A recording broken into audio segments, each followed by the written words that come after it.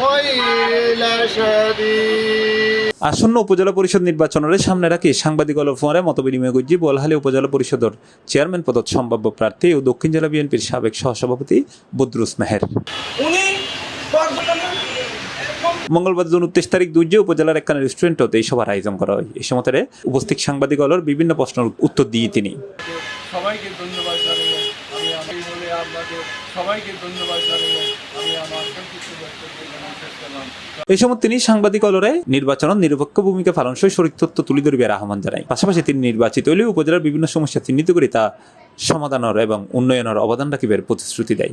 আপনারা সাংবাদিক হিসেবে যেহেতু আপনাদের অনেক তথ্য আছে, আপনাদের কাছে আমার বাংলাদেশের যত উপজেলা চেয়ারম্যান ছিলেন বাংলাদেশের নির্বাচন করে আপনাদের সহযোগিতা আমার সবার মতবিনিময় সভায় আরও বক্তব্য রেখে মাহমুদুল হক মেম্বার, ইকবাল হোসেন, মোহাম্মদ ইউসুফ, ফায়াজ মেহের, গিয়াসউদ্দিন, জানে আলম সহ আরও বোধকিয়াই সভাত ইলেকট্রনিক ও প্রিন্ট মিডিয়ার সাংবাদিক উপস্থিত আছেন। C plus TV, Chittagong.